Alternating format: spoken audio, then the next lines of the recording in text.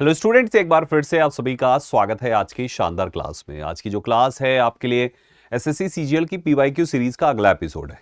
अभी आज का पेपर देखिए कब पूछा गया था। SSC CGL PYQ series English का पेपर 13 सितंबर 2024 को तीसरे शिफ्ट में ये क्वेश्चन पेपर आया था बच्चे।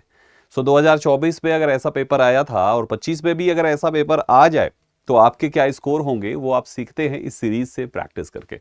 एनालिसिस जरूरी है। मेरा जो एनालिसिस का तरीका है बच्चे, मैं आपको केवल क्वेश्चन नहीं बल्कि उसके दिए हुए चारों ऑप्शंस को भी एक क्वेश्चन की तरह एक्सप्लेन करता हूं, क्योंकि एसएससी क्वेश्चन रिपीट करने में मास्टर है।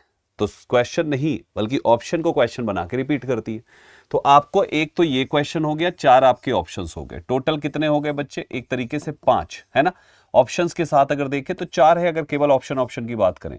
और 25 क्वेश्चंस आपके एग्जाम में पूछे जाते हैं एक पेपर में इंग्लिश के, तो टोटल 100 हर पेपर में आपके क्वेश्चन तैयार होंगे।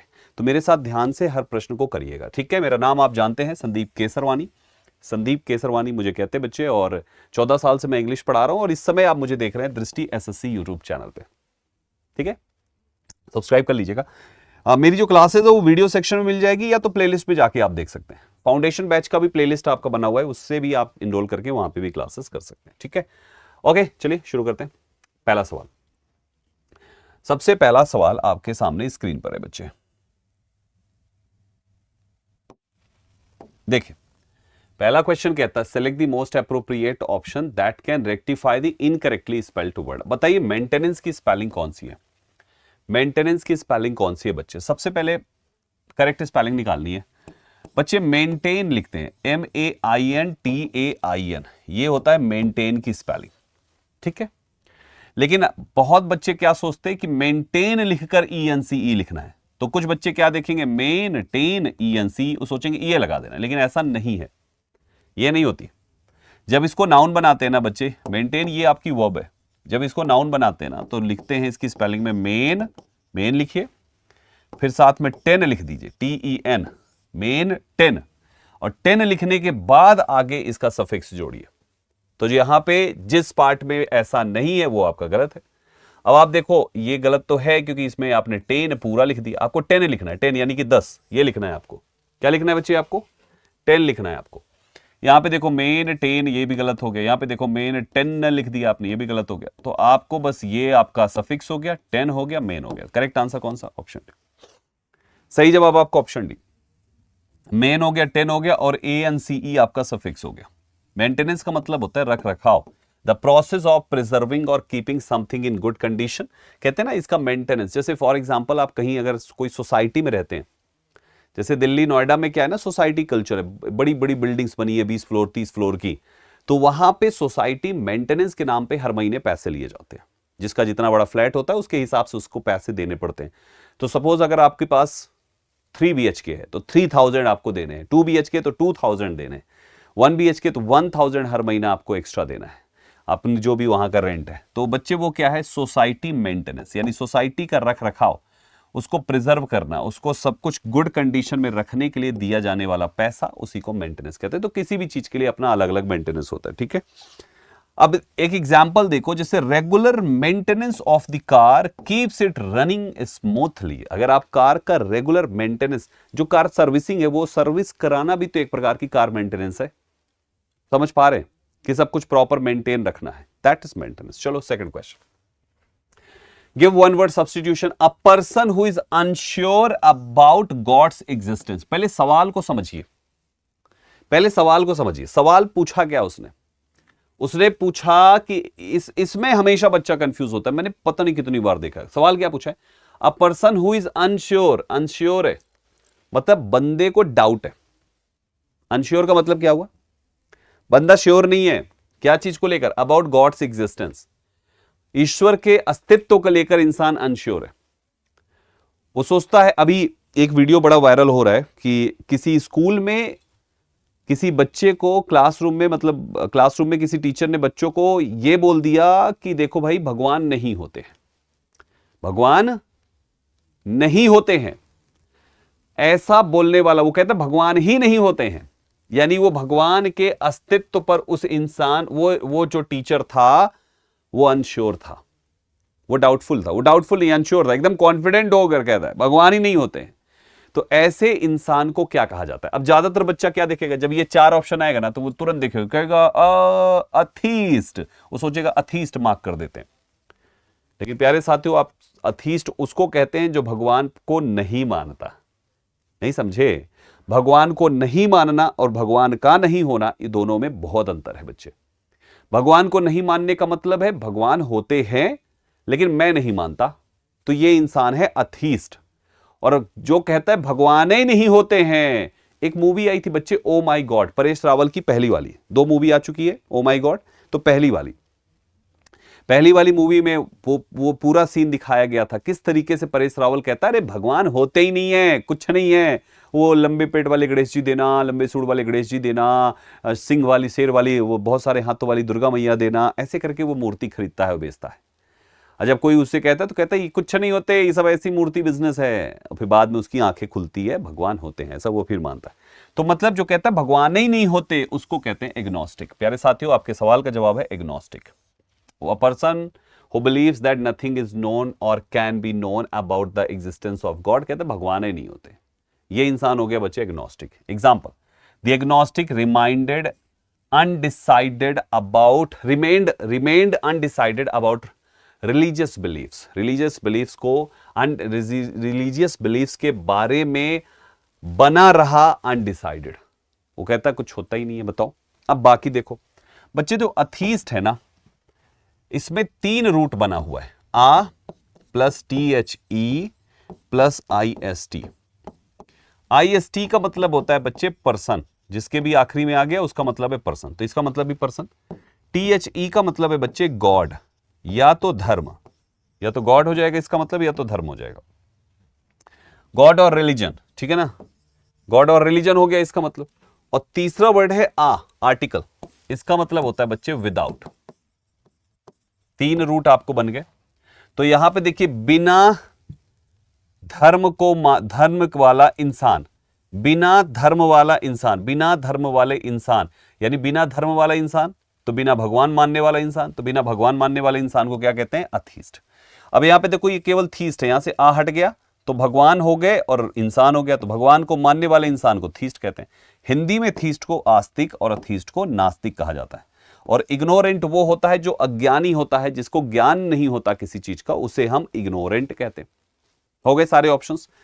एग्जाम्पल्स सबके अच्छे से दिए हैं बच्चे, मैं चाहूंगा इसको ध्यान से सारे एग्जाम्पल्स पढ़िएगा, हर शब्द के एक एक चीज आपको समझ में आए, इसलिए मैं इस तरीके से आपको एक्सप्लेनेशन आपके लिए लेकर आता हूं। नेक्स्ट क्वेश्चन, आपको एंटोनिम्स बताने, अपोजिट बताना है आपको, ठीक है ना। If someone babbles, it means that they talk in a confused or excited way। अगर कोई babble करता है, हाँ, तो इसका मतलब वो थोड़ा सा confused है या excited है। अब आपके सामने है कि babbles का पहले तो मतलब क्या है और इसका अपोजिट क्या होगा, rants, talkative, quiet या gossip। सही जवाब आपके सामने है क्वाइट, क्योंकि बच्चे babbles का मतलब है talk rapidly and unclearly, often foolishly, बहुत ही बड़बड़ाना, बेवकूफों की तरह बड़बड़ बड़बड़ बड़बड़ बड़बड़ करना, हम उसको बैबल कहते हैं। बड़बड़ाने का मतलब है बैबल। अब बैबल है बड़बड़ाना, the baby babbles happily in his crib, तो अब इसका उल्टा हो जाएगा चुप रहना, जिप योर माउथ।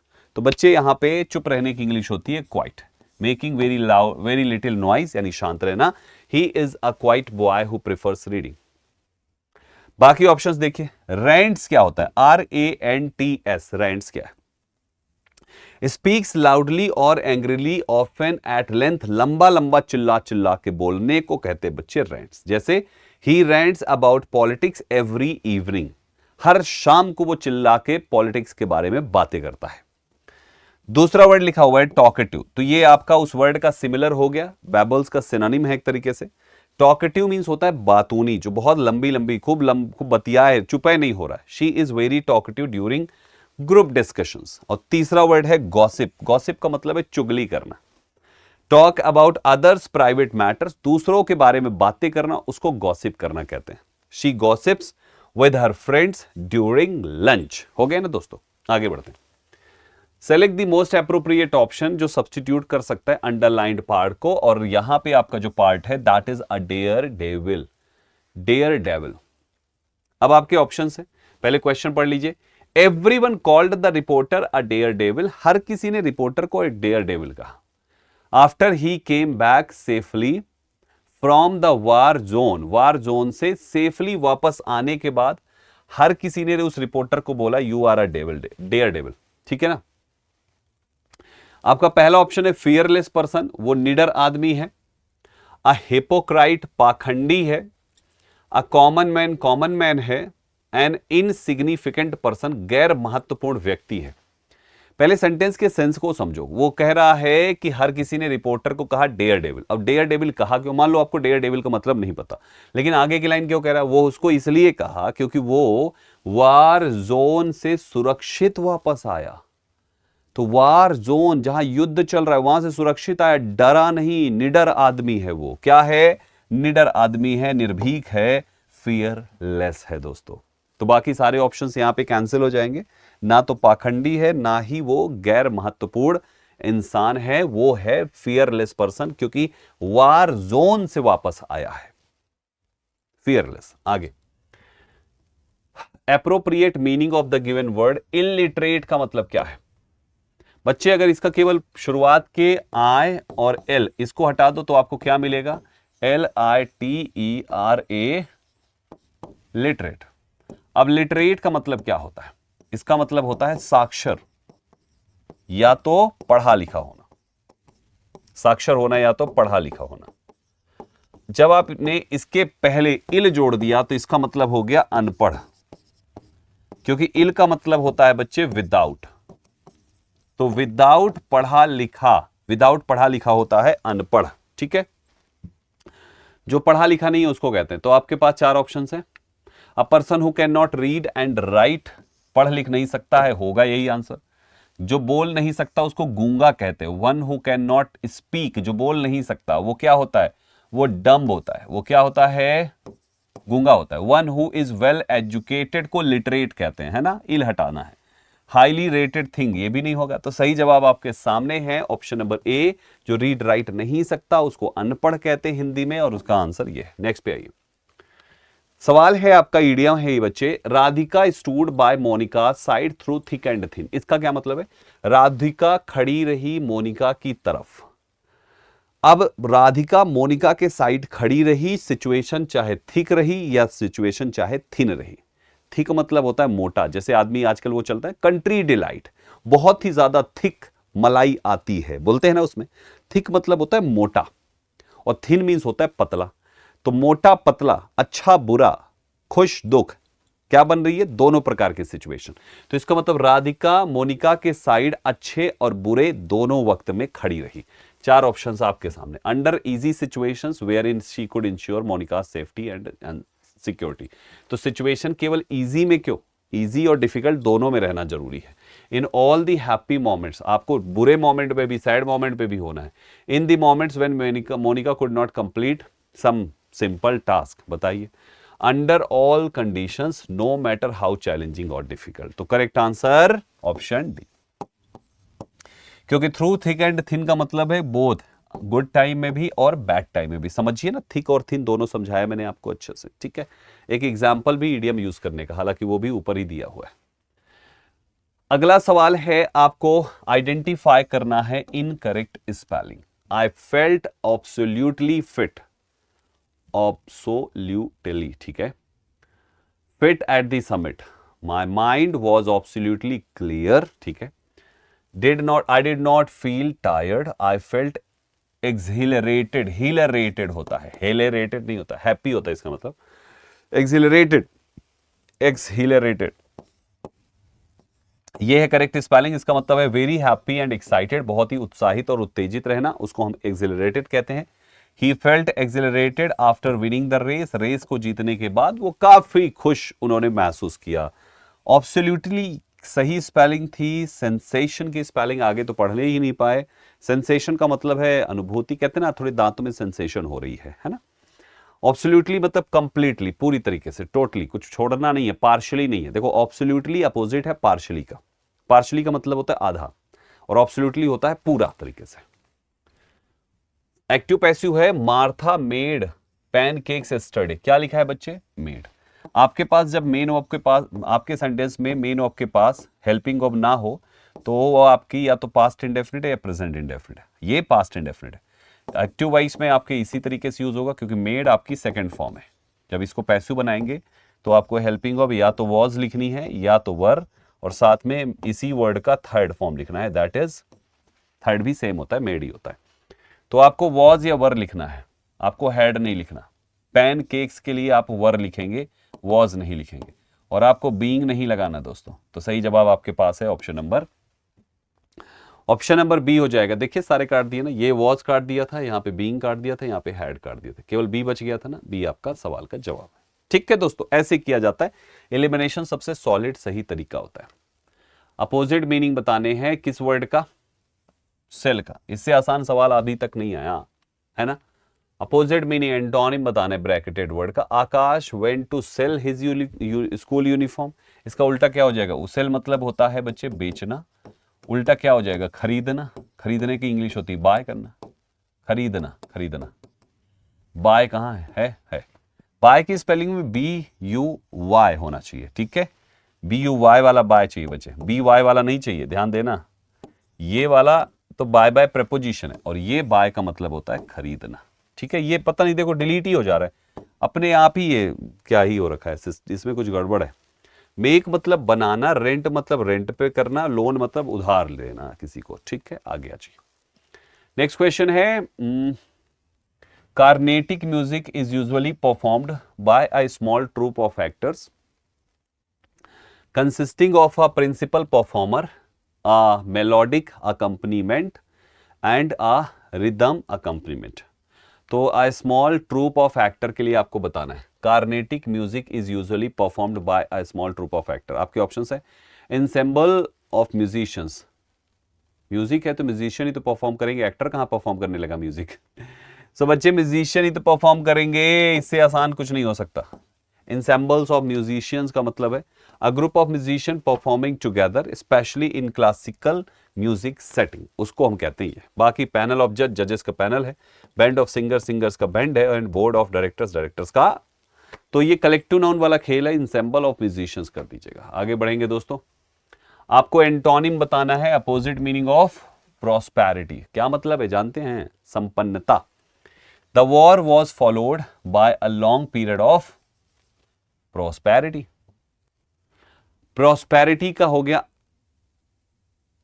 अमीरी, और आपको अपोजिट चाहिए एफ्लुएंस का मतलब भी अमीरी होता है। सिनोनिम चाहिए होता तो एफ्लुएंस लगाते हैं।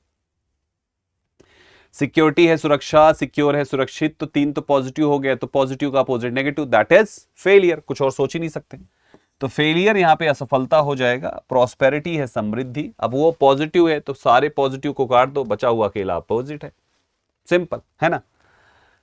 एफ्लुएंस का मतलब है जब आपके पास पैसे काफी होते हैं, धन, आपके पास धनी धन होता है तो उसको एफ्लुएंस कहते हैं।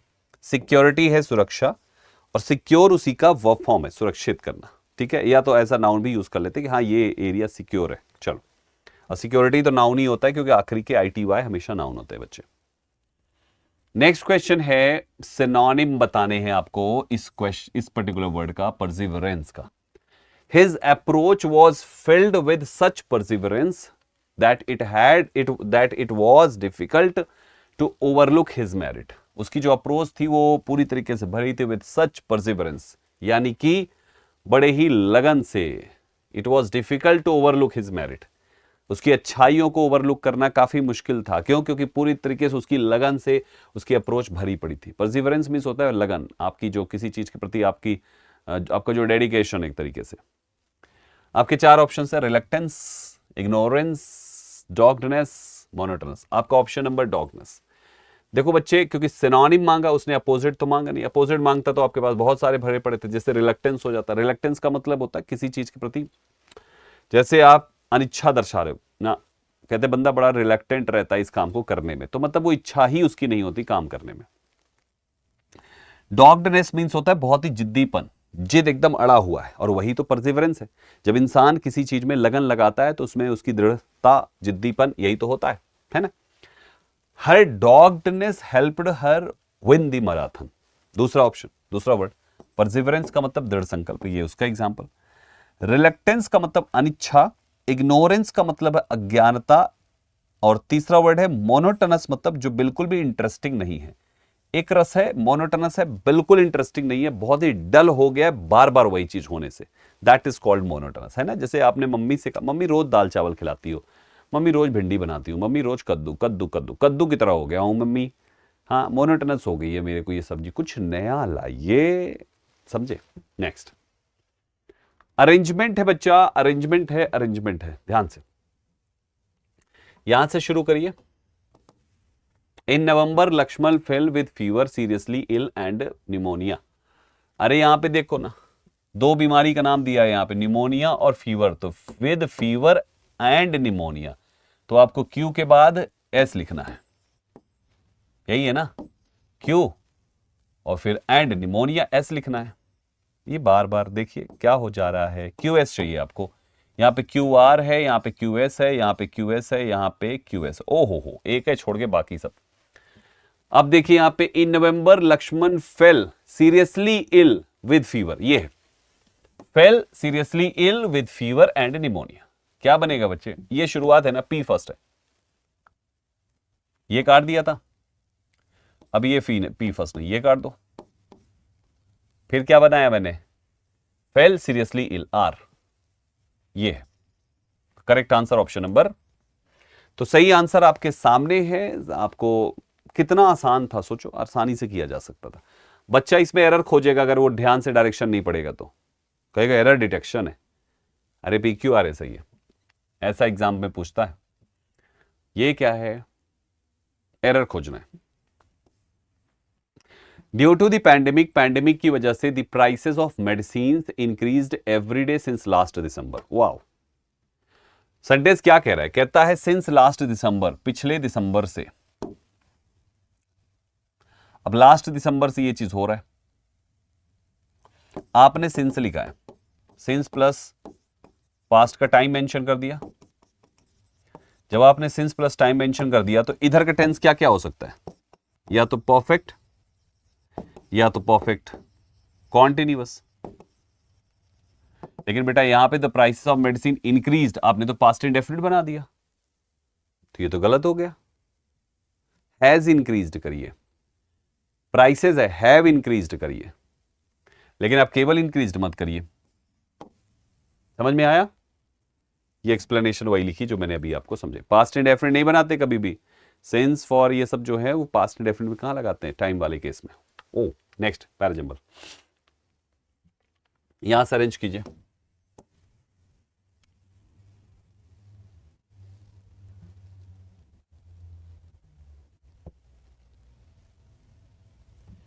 बताइए,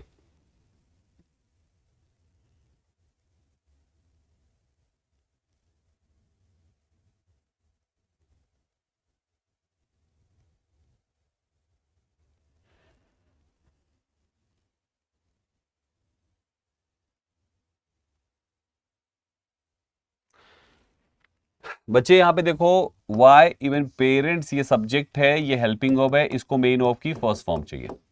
वुड के साथ फर्स्ट फॉर्म आती है ना, देखो यहाँ पे फर्स्ट फॉर्म नहीं है, यहाँ पे फर्स्ट फॉर्म नहीं है, यहाँ पे फर्स्ट फॉर्म नहीं, लेकिन ये फर्स्ट फॉर्म है, तो आपके पास ये हेल्पिंग वर्ब हो गई, ये एडवर्ब हो गया, ये आपका मेन वर्ब हो गया। तो इसका मतलब इसके बाद ये आएगा, क्यू के बाद ओ।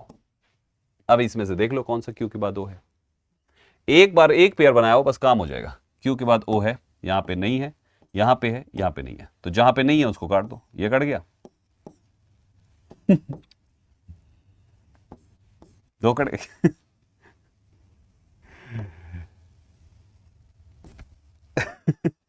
गेम की तरह हो गया भाई साहब। चलो, सो ये कट गया, बचे गए आपके पास दो। अब आर से शुरू हो रहा है कि पी से शुरू हो रहा है, ये देख लो, बस काम हो जाएगा। पी में एक बार क्या लिखा है ये, आर में क्या लिखा है, मोर अबाउट हाउ, ये होगा देयर आर सेवरल रीजंस।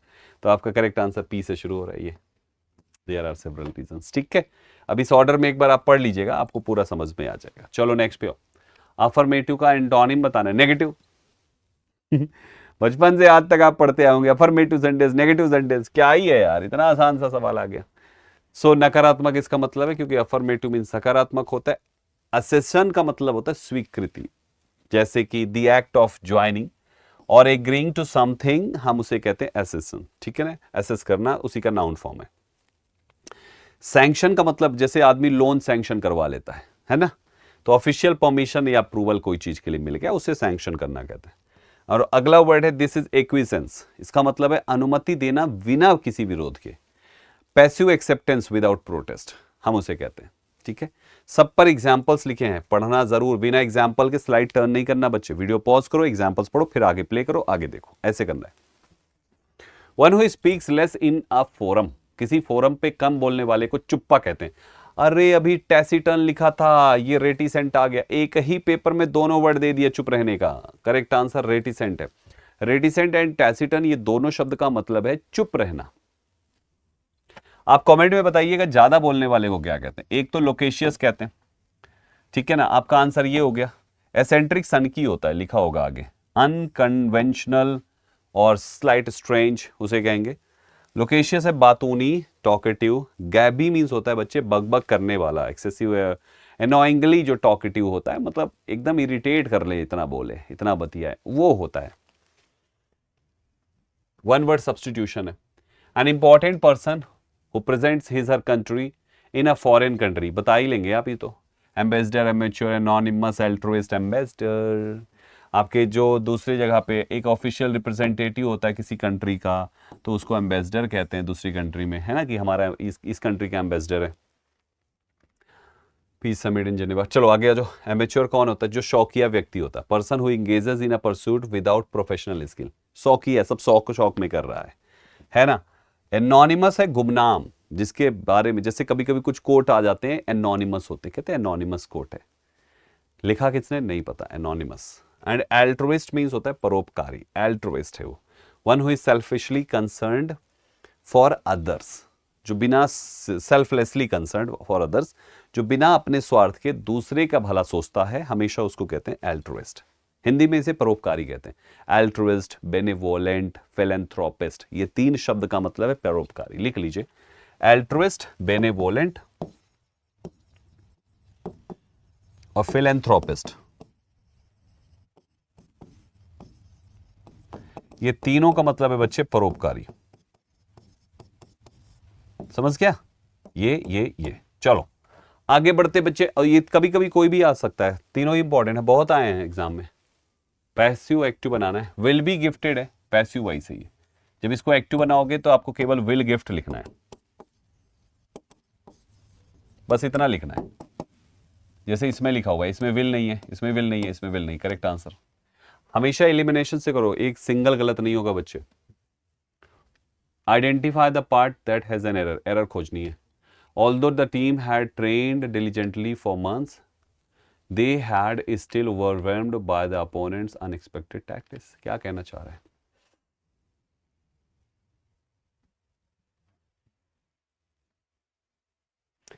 आपने मेन वर्ब के बगल में बाय लगा दिया। मेन वर्ब की थर्ड फॉर्म अगर बगल में बाय ले लेना तो संडेज पैसिव वॉइस होता है, और पैसिव वॉइस में फिर मेन वर्ब को बी की फॉर्म पकड़ाओ, बिना बी की फॉर्म के आ ही नहीं सकता। अब पहले पता करो हेल्पिंग वर्ब क्या है। हेल्पिंग वर्ब है हैड। जब हैड इधर है, थर्ड फॉर्म इधर है, तो हैड डायरेक्ट बाद लेता है थर्ड फॉर्म, लेकिन जब पैसिव बन जाता है तो बी की थर्ड लग जाती है इसको, तो यहां पे बीन मिसिंग है। लेकिन एक और एरर है, हाँ सही है, बीन यहां पे लगेगा, हैड स्टिल बीन ओवरवेल्म्ड। तो करेक्ट आंसर आपके सामने है, बीन ओवरवेल्म्ड। ठीक है ना बच्चे, ध्यान रखिएगा, इस तरीके से ये हो जाएगा।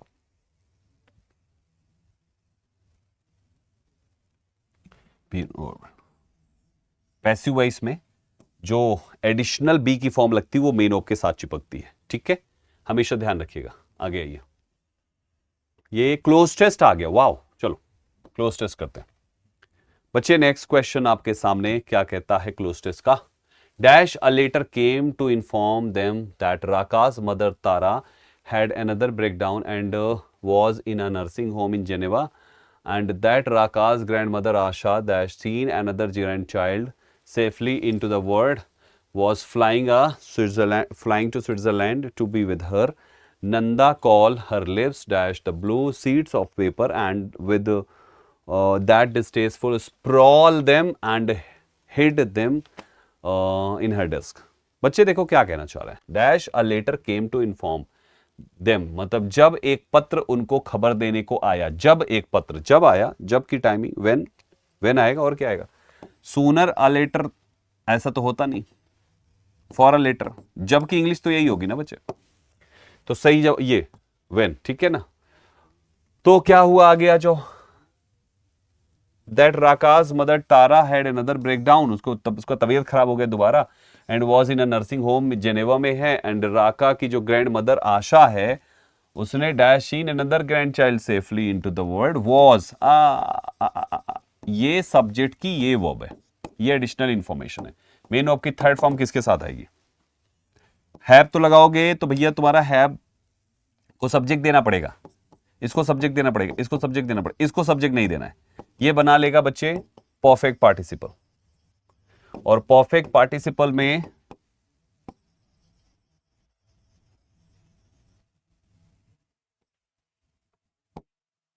सही है, नहीं बेटा, परफेक्ट पार्टिसिपल क्या होता है बच्चे, हैविंग प्लस मेन वर्ब की थर्ड फॉर्म, ठीक है। तो हमारा यहां पे करेक्ट आंसर हैविंग है, थर्ड फॉर्म ऑलरेडी वहां पे लिखा है, क्योंकि बाकी की जो ये फॉर्म्स है ना, ये अपने को सब्जेक्ट लेंगी अपने पास, और सब्जेक्ट है ही नहीं, कॉमा के बाद ये जो सब्जेक्ट है, ये सब्जेक्ट इस वाले वर्ब का है, ये एडिशनल इंफॉर्मेशन है। एडिशनल इंफॉर्मेशन नॉन फाइनाइट से बनाते हैं, और नॉन फाइनाइट में हैव, हैज, हैड आता ही नहीं, हैविंग आता है, तो हमारा आंसर हैविंग से होना चाहिए। तीसरा, having scene another grandchild safely into the world, was flying to Switzerland to be with her. Nanda Kaul dash her lips, Nanda Kaul ने अपने लिप्स ऐसे कर लिए, चार ऑप्शन है, stuck her lips, lips stuck नहीं होंगे, डस्टेड लिप्स धार दिए, पर्स्ड कर लिए, पर्स्ड हर लिप्स होता है, ये होता है, इसका मतलब है होठ भींचना, यानी कि प्रेस्ड लिप्स टाइटली टुगेदर। क्या कहोगे ऐसे, ऐसे जो भी है, she pursued her lips in disapproval, जब आदमी सहमत नहीं होता किसी चीज पर तब ये करता है, ठीक है। स्टक मतलब होता है कहीं पर फंस जाना, कि यार ये वहां पे मैं यार ट्रैफिक में स्टक हो गया हूं एकदम से, कि वहां से हिल ही नहीं पा रहा। डस्टेड मतलब धूल झाड़ना होता है, और डर्ट मतलब गंदगी होता है, गंदगी। नेक्स्ट 24, उसने अपने लिप्स को ये कर लिया, ठीक है। फिर उसके बाद dash the blue sheets of paper with that distasteful sprawl, dash them, तो blue sheets of paper, tugged away the blue sheets of, cleared away, folded away, sheets of paper है, फोल्ड करेगा आदमी, फोल्डेड अप, फोल्ड करेगा उसको, और क्या करेगा, paper है यार, पेपर, क्योंकि टग्ड अवे का मतलब छिपा कर रखा हुआ, तो वो तो आगे छिपाएगी ना यहाँ पे। क्लियर्ड अवे मतलब कोई चीज साफ हो जाना एकदम से, हिड अवे मतलब हाइड कर देना, छिपाना, छिपा तो आगे रही, तो करेक्ट आंसर आपका फोल्डेड अप। आगे आ जाओ, sprawl dash them, sprawl by them, sprawl in them, sprawl across them, sprawl at them, कौन सा सही है? सही जवाब है क्रॉस बच्चे, with that distasteful sprawl across them and hid them, और उसको छिपा दिया इन हर डेस्क, अपने डेस्क में लाके, सही आंसर ये। चलिए तो पूरे हो गए आपके 25 क्वेश्चंस बच्चे। इसी तरीके से हम लोग ये पेपर एनालिसिस करते हैं, हर सवाल पूरे 25 के 25 क्वेश्चंस इतना डिटेल में ऑप्शंस के साथ एक्सप्लेन करता हूं, ताकि सब जरूरी हो। आपको ना इसकी पूरी सीरीज देखनी चाहिए, मैंने बहुत सारे एपिसोड करा दिए, आगे भी कराऊंगा। इस वीडियो सेक्शन में इसकी पूरी सीरीज मिल जाएगी, डे 1 से जितनी भी क्लासेस हो चुकी PYQ की, मेरी फोटो लगी हुई, समझ जाना कि हाँ ये इंग्लिश का पेपर है। या प्लेलिस्ट में सीधा जाओ, वहां पे देख डालो, क्यों ही झंझट लेना, प्लेलिस्ट में जाओ, सारी प्लेलिस्ट बनी होगी, तो मेरे जितने भी इंग्लिश की प्लेलिस्ट है सब देखो, काम की है, ठीक है बच्चे। चलो, ये मेरा फाउंडेशन, मतलब ये टारगेट बैच चल रहा है सीजीएल के हिसाब से, सीजीएल से पहले हम सारे टॉपिक्स करा देंगे, तो आपको क्या करना है, ये भी देखना है, इसकी भी प्लेलिस्ट मिल जाएगी, ठीक है। और अगर आपको फाउंडेशन बैच ऐप वगैरह में पढ़ना है, तो 750 घंटे का एक बैच आया हुआ है, सीजीएल फाउंडेशन कोर्स, जिसकी मात्र इतनी फीस के अंदर ही आपको 10 बुक सेट भी अलग से मिलेगा, और अच्छी बुक, ये नहीं कि 10-20 पेज वाली, नहीं, जो बुक होती है अच्छी, उसकी थिकनेस अच्छी है बच्चे, बढ़िया, और 10 किताबें हैं, तो ये चीज इसमें इंक्लूडेड है, ठीक है, जरूर कर लीजिएगा। चलिए अभी के लिए इतना काफी है, मिलते हैं आप सभी से अगले एपिसोड में एक नया पेपर सेट का डीप एनालिसिस लेकर, ठीक है। Thank you very much for joining, all the best guys, जय हिंद साथियों।